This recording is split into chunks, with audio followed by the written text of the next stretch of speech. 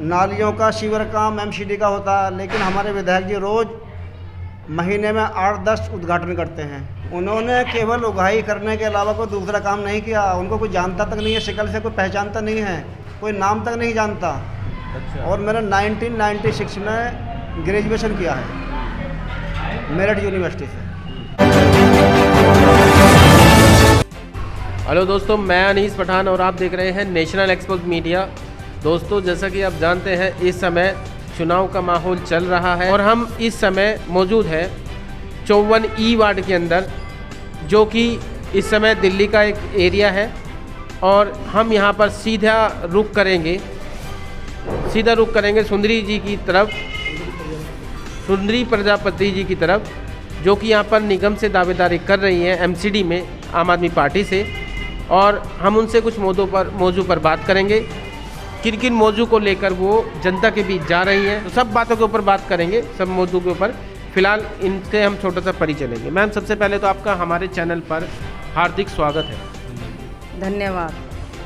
अच्छा मैम, आपकी वार्ड की जनता आपका छोटा सा परिचय जानना चाहेगी। मैं सुंदरी प्रजापति, जब से आम आदमी पार्टी आई है मैं आम आदमी पार्टी के साथ जुड़ी हुई हूँ। आपसे जो है आपके वार्ड के जो निगम पार्षद हैं उनका नाम जानना चाहेंगे। जी, उनका नाम मैं तो नहीं जानती, आम आदमी कोई भी नहीं जानता उनका नाम। अच्छा। क्योंकि कभी आते नहीं है वो। कभी आते नहीं है जनता के बीच? नहीं आते वो कभी भी। अच्छा। हमें तो नाम का मालूम ही नहीं है, ना आम आदमी किसी को भी मालूम है। आम आदमी को भी नहीं पता? नहीं। तो मैम एक चीज़ और बताइए कि मतलब आम आदमी को नहीं पता, क्या इलेक्शन के टाइम ही दिखते हैं क्या? जी, वो इलेक्शन के टाइम ही दिखे थे, फिर नहीं दिखे। अच्छा। तो मैम क्या गलियों में नालियों में फिर जब दिखाई नहीं देते, फिर गलियों नालियों की क्या हालत है वो थोड़ा बताएंगी आप? जी, बहुत बुरा हाल है जहाँ सबोली गड्ढे का, क्योंकि वहाँ पे ना तो नालियाँ हैं, नाली और ना रास्ते बने हैं। अच्छा। और गंदगी के ढेर लगे पड़े हैं। अगर वर्षा हो जाती है बहुत बुरा हाल होता है, अंदर मकानों के अंदर पानी भर जाता है।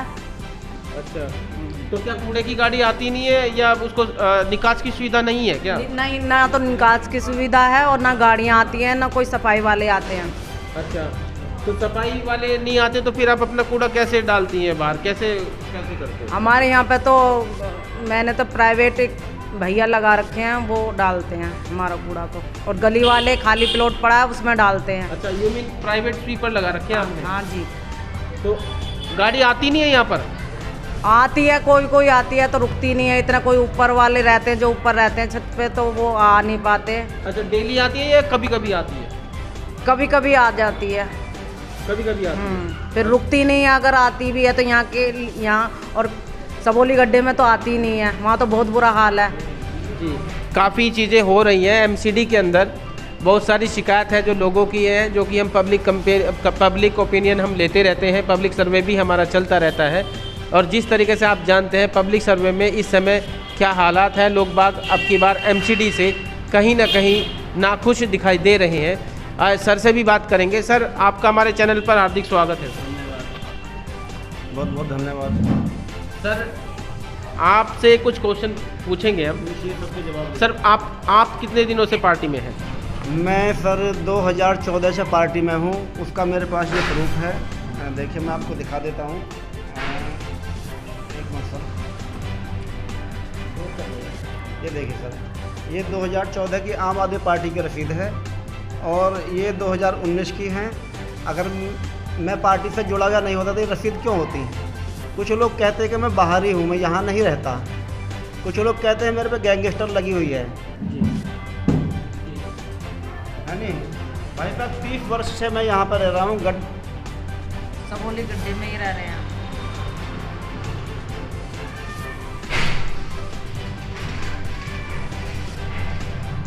सबोली गड्ढे को मैंने 30 साल में कम से कम 3 मंजिल उसका भराव हो चुका।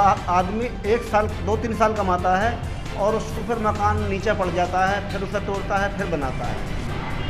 उसका विकास आज तक नहीं हुआ है। भाजपा 15 साल से काबिज है निगम के अंदर, कोई भी काम नहीं कर रही। सिर्फ लेंटर की उगाई, अवैध उगाई। और जो यहाँ गरीब आदमी भैंस रखते हैं 500 रुपये पर भैंस लेते हैं।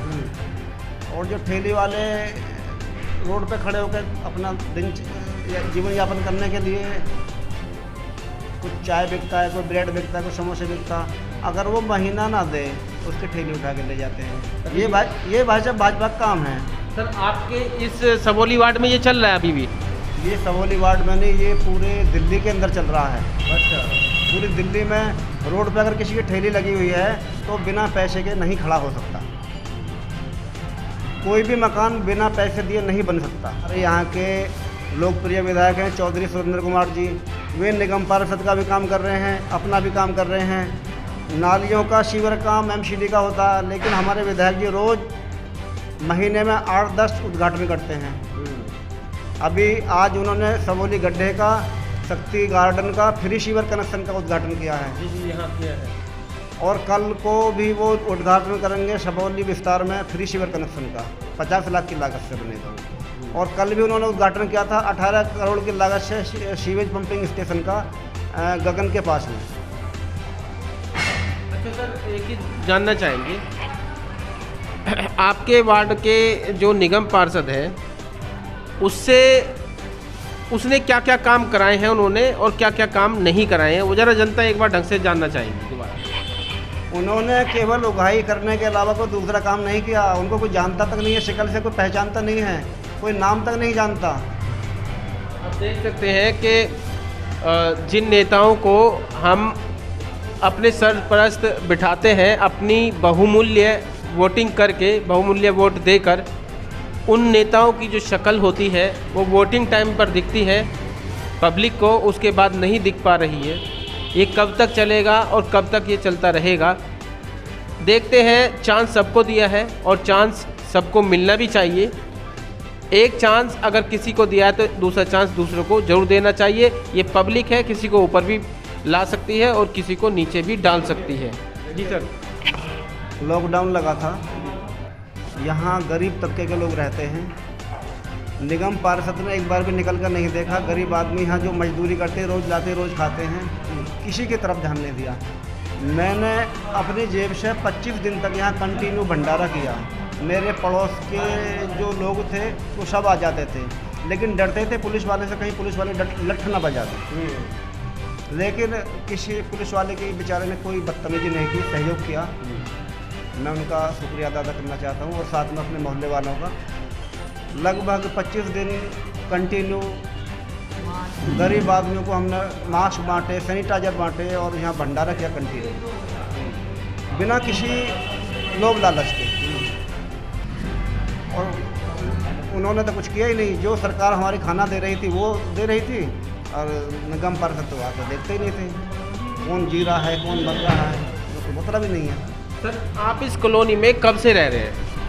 भाई साहब 30 वर्ष हो चुके मुझे यहाँ रहते रहते। और मैंने 1996 में ग्रेजुएशन किया है मेरठ यूनिवर्सिटी से। तो चलिए आप बने रहिए मेरे साथ अगली वीडियो तक। मैं अनीस पठान और आप देख रहे थे news task India national export media. Thank you.